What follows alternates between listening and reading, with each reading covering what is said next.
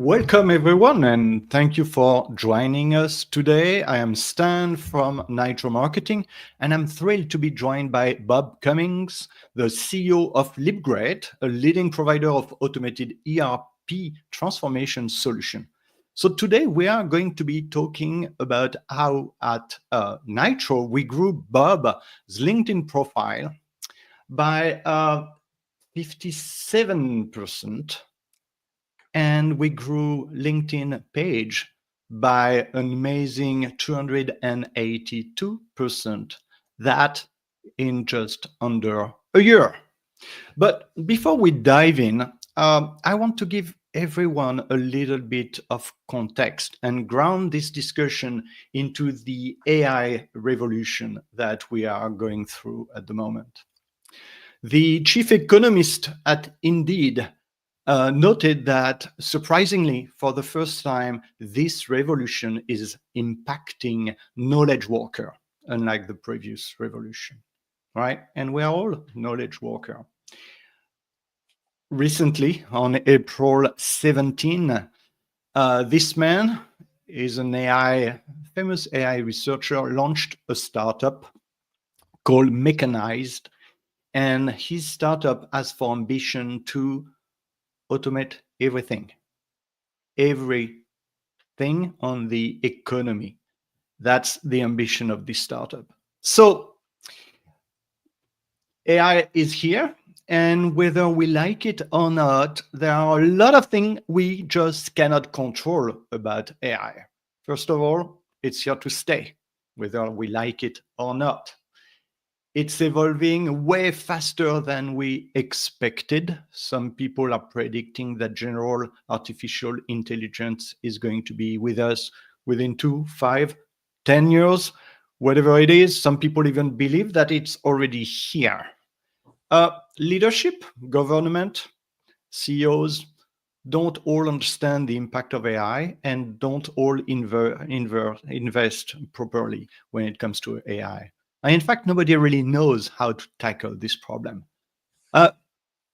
In your organization, AI may be banned, or the tool may be poorly integrated, right? Budget may shift quietly, as we are saying today, from human to AI. A lot of people are predicting that the tariff and the recession, some people are predicting, might be an excuse to just replace people with AI. So those are stuff that we are no impact on. Your competition is using AI, right? And you cannot control that. However, and this is why we are here today, there are a lot of things you can still control when it comes to AI. And one of the first things is to train on using AI, right? So that's something we should all do. And this is something we're going to try to do today. You could automate some of the routine tasks with AI. You can blend AI speed of execution and accuracy with your human creativity and your problem-solving skills.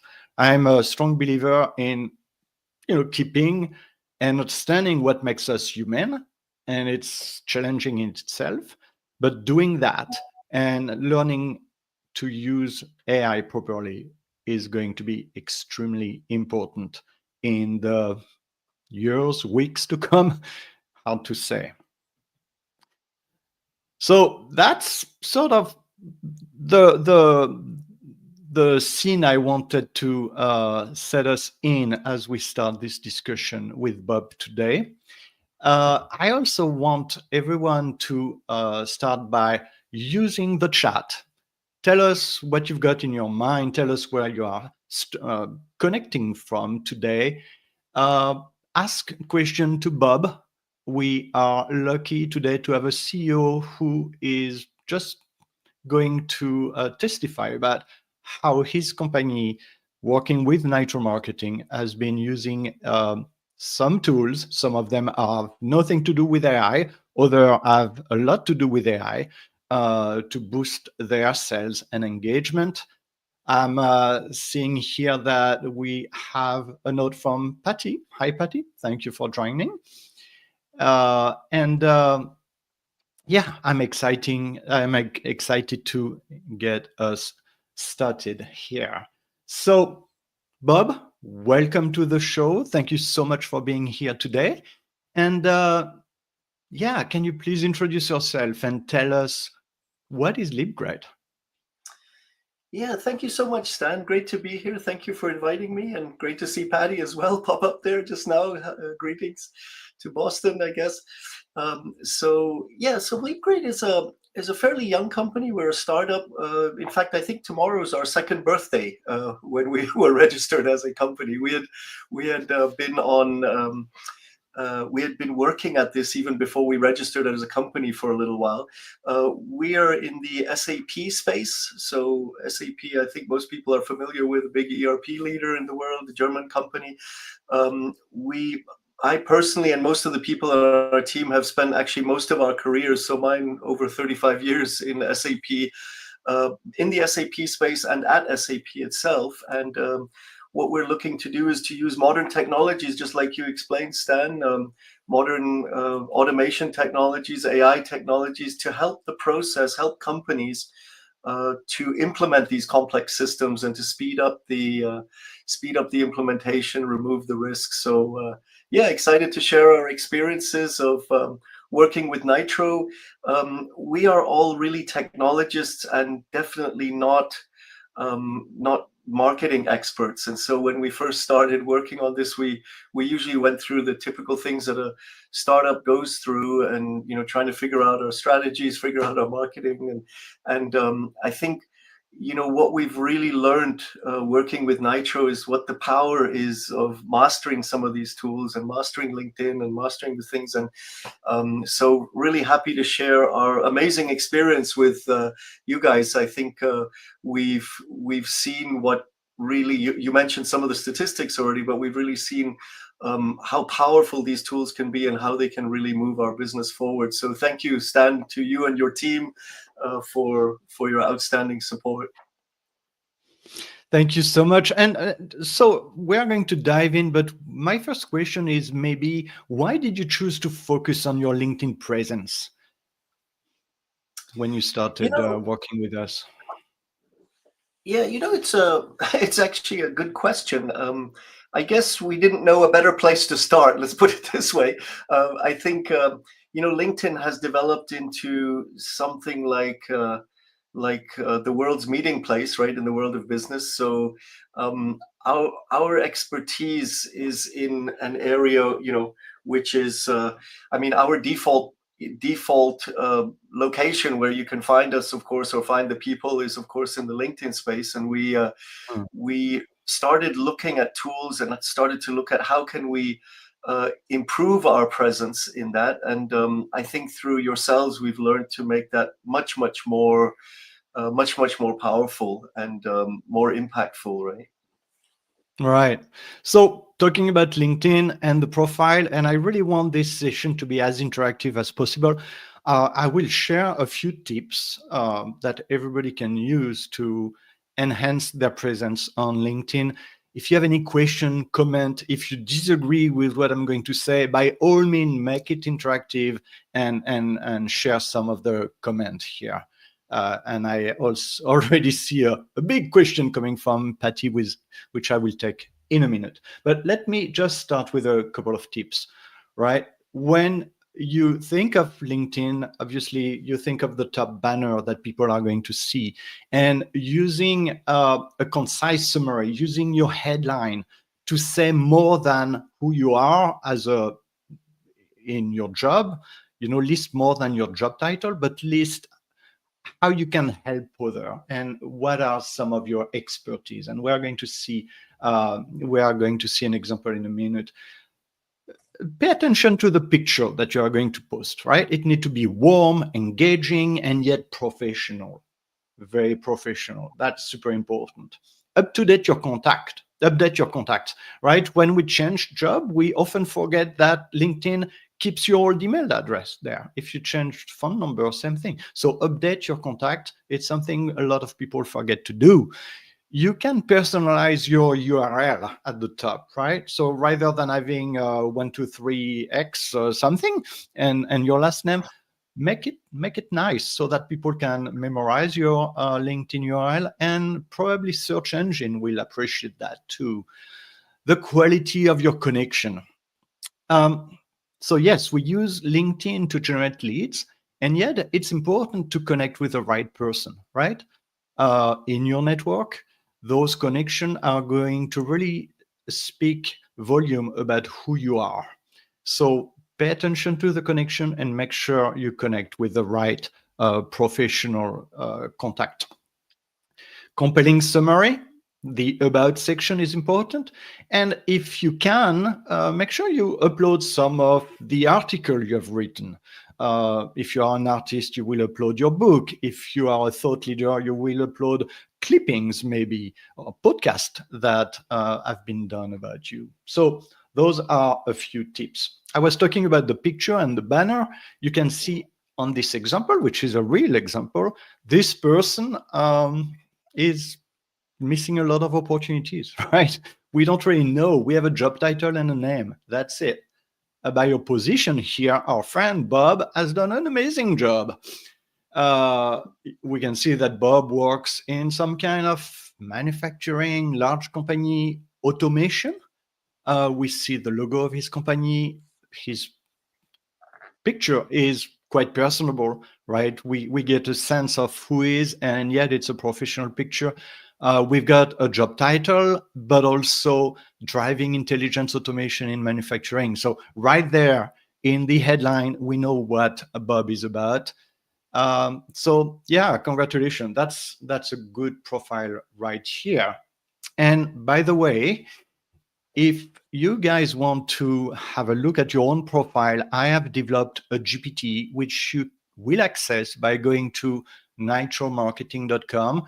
You will see a pop-up at on our homepage.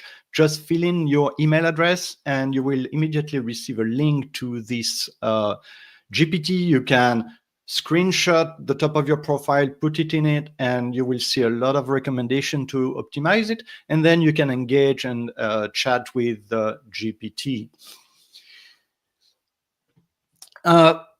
So that's, in a nutshell, a few tips on optimizing your profile. Before we move on, let me look at the question we received from Patty. You have a lot of folks from a larger enterprise watching, forming their own business. They are not marketer when it comes to AI and wanting to use it. Where would you recommend they start when it's come to planning out their process and where to use AI? Wow, that's a deep question. Thank you so much, Patty. Bob, do you have any takes on that, or should I give it a go? Yeah, I mean, maybe what I can do is from the business process side, I can talk, say a few words on it. Maybe you can take it from the marketing side. That's not really my expertise so much. That's why we worked with Nytro to really leverage what you guys are doing. But I think the best place to start using AI, in my mind, is to start small and to start in the area of automation. Okay, what do I mean by automation? So automation is nothing new. Automation has been around for a very long time. Sometimes one calls it RPA, robotic process automation. But now the difference in the robots or the bots that you use is they're becoming smarter. So you can hook them up to an AI engine, and you can make them. So in the past, it was really about automating repetitive tasks. Now it's really about starting to think, like looking at an invoice and recognizing what's written there and making assumptions, and then paying the invoice and stuff like that. And now the next step that's coming is what they call agentic AI, where you not only ask the bot to do repetitive tasks, but you actually give them a job where they look at something and their job is to manage a bunch of bots and manage and make decisions, actually. So I wouldn't go straight to the the fancy stuff. I would start small and go step by step and work your way into that. And that's probably the best way to get started with AI, because sometimes it can be overwhelming. It looks like magic, and suddenly all problems look, if you're holding a hammer, all problems start to look like nails, right? I think it's better to start where there are optimization potential and start small and work up from there. So that's on the business process side that we see in companies. Maybe over to you to say something about marketing, which I think will kind of segue into what we're talking about, right?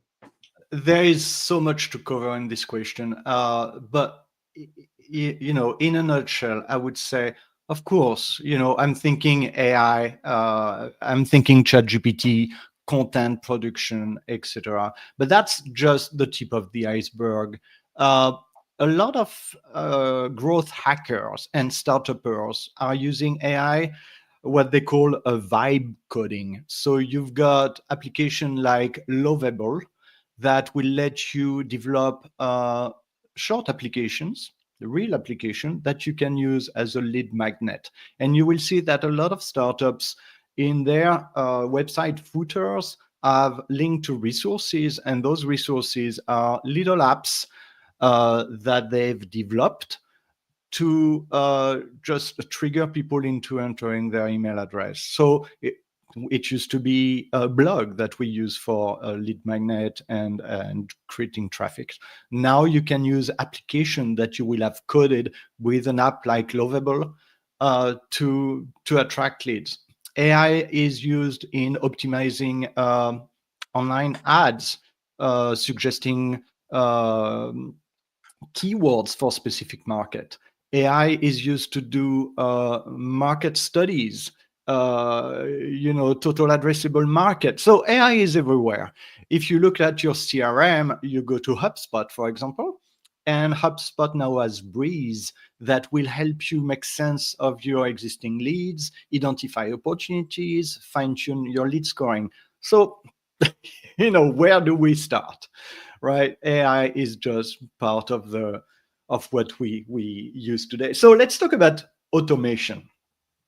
And just to give you an example, within less than a year, right, then we've been working together, Bob, we have created 23,000 new contacts, people that were not in your database. Out of those contacts, when you filter them out, you've got 2,623 contacts that really meet your definition of an ICP. So that's amazing. If you try to buy a database of ICP, that's going to cost you a lot of money, and most of the email will be old and useless. Here we know that those contacts are actual human beings. They are contacts that came from LinkedIn, right? So we know them, we know their profile, and we know what they are doing. One of the trick that we use, not a trick, but tactic that we use is what we are doing today, LinkedIn Live events. And they are extremely good in terms of marketing because they are a wealth of pre-qualified leads. We also use competitors' LinkedIn event. And I'm going to give you a little trick here. I'm sure most of you know it. If you register or click attend to any events, all of a sudden you see the list of attendees. You will see a lot of vendors, marketers, communicators, but you will also see a lead that might be interesting to you. And using automation tools, you can then develop a workflow where you are going to connect with those contacts and invite them to whatever events or marketing campaign that you are interested in. Right? So you see here a tool that we've been using a lot with you, Bob. It's called PhantomBuster. And you see a workflow. I've hidden the source of those leads, but I can show you here that we've got a filter that will filter based on the criteria, the definition of what is an ICP for LeapGreat.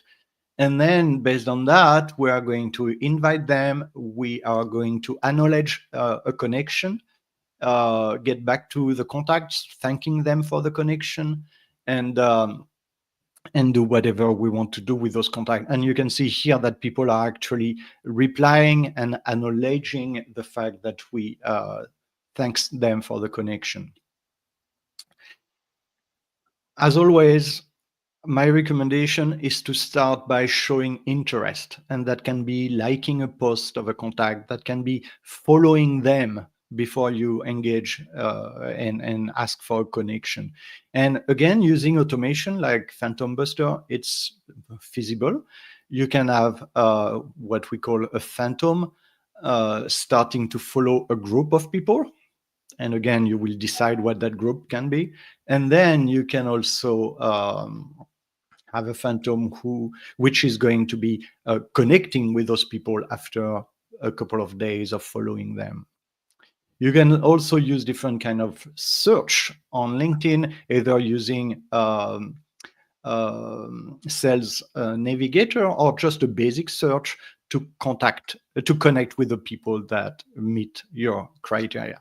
So automation is incredible, but it does not stop here.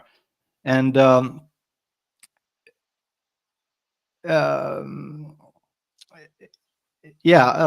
sorry, Bob, I'm just remembering when you talk about, using LinkedIn, that you shared with me an experience where one of your contacts at Caterpillar really reached out to you. Do you want to share that with the audience?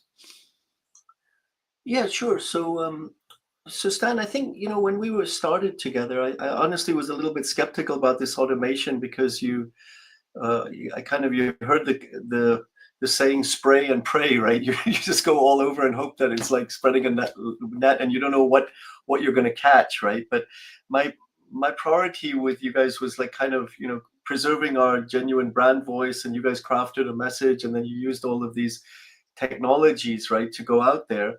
And I started to see really the contact count, as you showed, really go up. And I know that, automation is doing that, but I made sure that every single one of them, and by the way, there are thousands, every time I saw somebody accept a connection, I would always make a point to say thank you and go in there, just so that they have the feeling that this is not just a robot, right?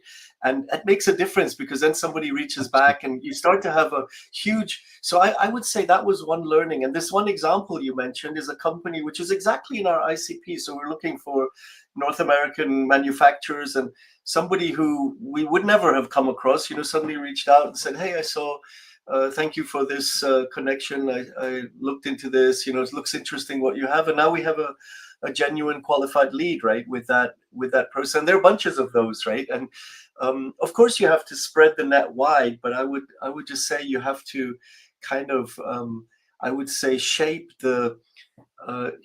keep the human in the loop, make sure the human is in the loop, because AI is marvelous, right? It's amazing what it can do, and it keeps getting more and more amazing. But I don't think it will ever completely replace the human in this thing. You need to make sure that you somehow have your finger on the pulse and make sure that, because otherwise you notice it yourself when something feels really sterile when it comes at you. But when you start to have interaction and it starts to feel real, so this was a great example, right, of what came out of that campaign, right? Absolutely, and kudos to you, because it's rare to have a customer who really plays along with us. You let us experiment. You, in fact, engage us to innovate and experiment with LeapGreat, but you stay in the middle of all that. You get involved. You, as you said, you will pick up the conversation and make sure that you engage with all those contacts. And this is great. This really makes a ton of a difference. HubSpot played a central role here. I would be interested to hear, how have you been using KPIs and scoring and segmentation in your business? Yeah, so HubSpot is really central and pivotal to what we do. And I mean, you guys at Nytro set up the detailed, KPIs for what we could do, the comprehensive lead scoring and clear persona segmentation. And we immediately saw improved clarity and effectiveness in our pipeline, right? And our sales rep knew exactly which leads were priority based on their engagement and readiness scores. So, and that can lead, to much more effective conversions. So we saw immediately that it led to higher conversions and efficiency, and focused our time, because if you do this wrong, you can waste a lot of your own time and effort and resources, because you're running after everything that moves, which of course is not the idea. It's like that old saying, that 80%, I forget what the percentage says, 80% of advertising investment is wasted. You just don't know which 80%, right? That's the old joke in advertising, right? But it's a little bit the same. These machines are very powerful, but you want to make sure that it stays focused and qualified as soon as possible. And this is where it really helps us, right? Right. Well, thank you for saying that. And let me share a few screen here. So first of all, it's important to note that what's great about HubSpot is that you can easily customize the tool to make it work for what you want. And what we've done here is that we have added a couple of fields to make sure that it meets what we do on LinkedIn. One of the fields that we use within a workflow will keep track of who has attended one of the events. And I will show you a slide. It's quite interesting to see that a lot of people click attend to an event and they will come back, right? Another field that we have customized is to see who's connected with whom. And we can track now all the people in HubSpot connected and the level of connection with you, Bob, which is quite interesting. A little bit of stats here. We have directly from LinkedIn only, we've created 55 MQL, SQL opportunities, and we have on the database imported. We don't import everything that is on PhantomBuster.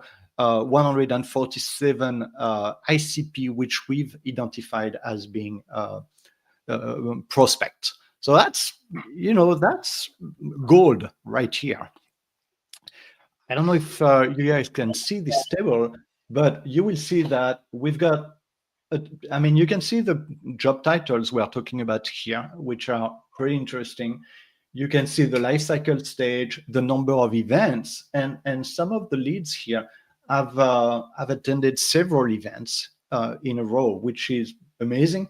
You can see that we've developed a score, and we're scoring negatively and positively. I will come back to that in a minute. And as I was saying, we see the connection level with you.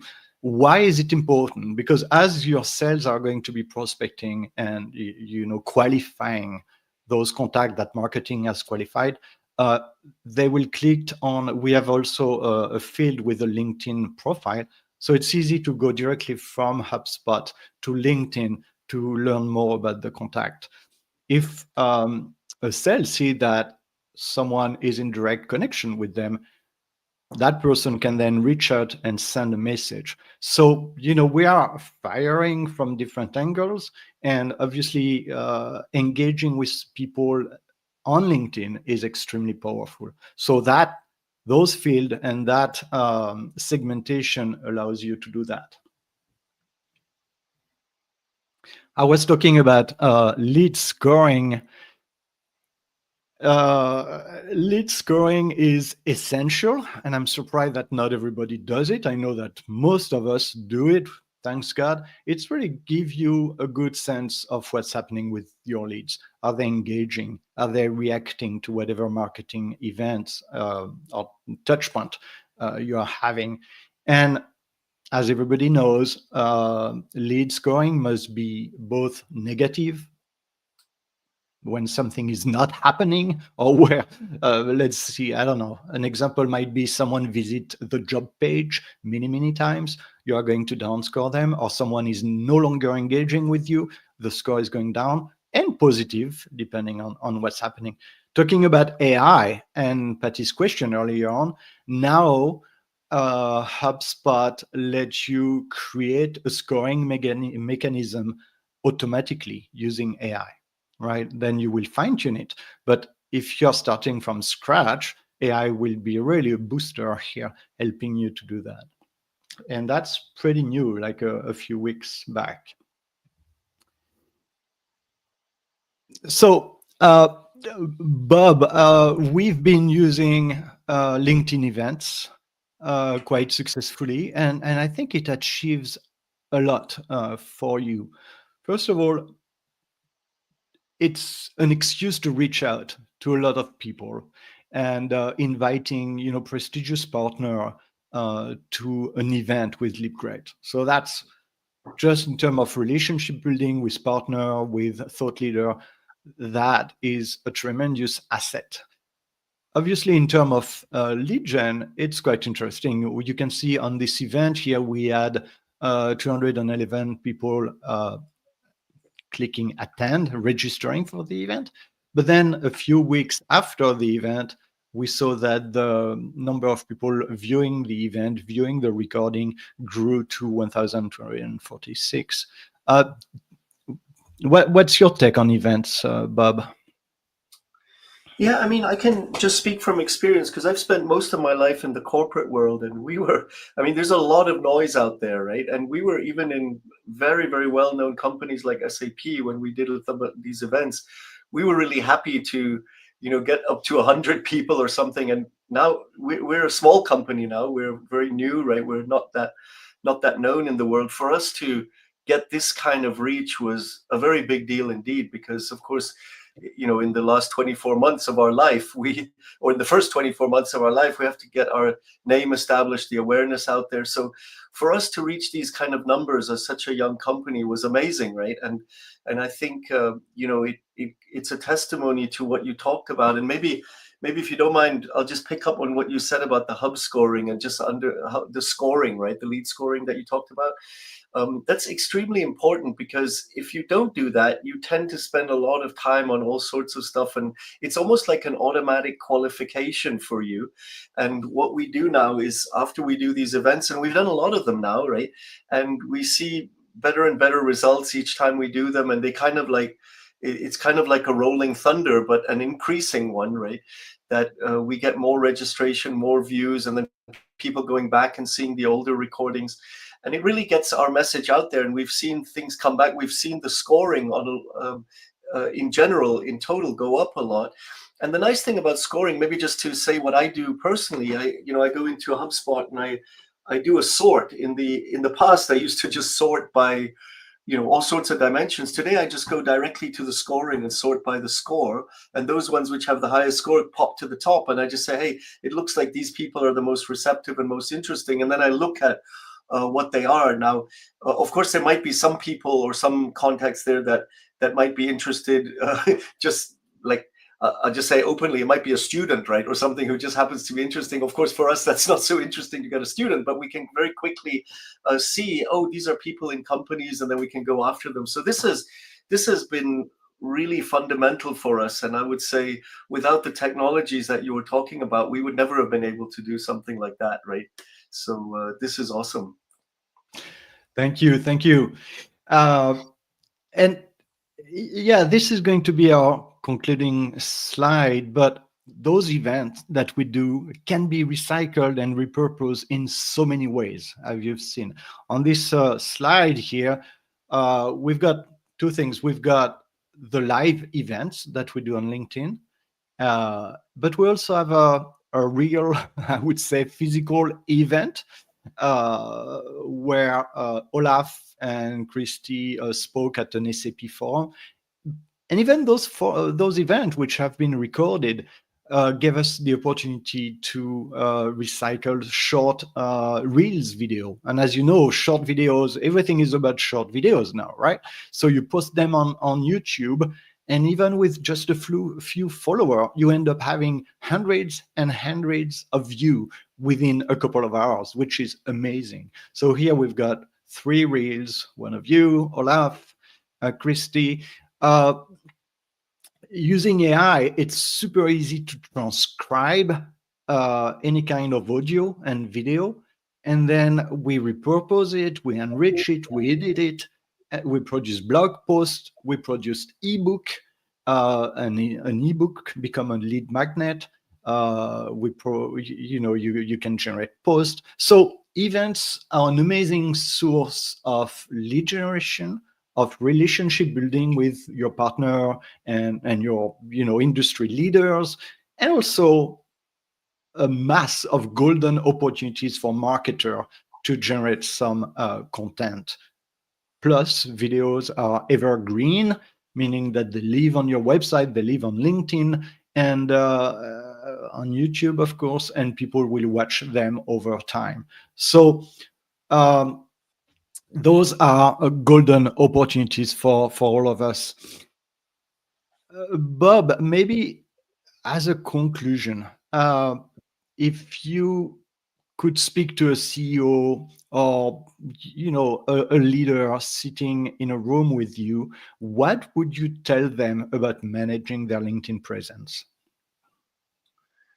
Yeah, so I mean, I think if you're saying it's a CEO, maybe they're in the same age group as I am. We come from a generation where we didn't really grow up with these things, right? I think the younger generation I see, they immediately move to this, but of course there are young CEOs as well, right, around. But I would say take this much more seriously than one has the tendency to do. I think the world is living in a digital marketplace. I think we, at least in my generation, we prioritize the physical world and physical contacts and stuff, and of course that'll continue to be the case. I think that's good, but realize that the world's meeting place is online, and the biggest marketplace is really LinkedIn, right? It's almost like having your mega event in your pocket all day long, every day, and your showcase. I mean, in the past we just give a business card out, but here you have everything about you.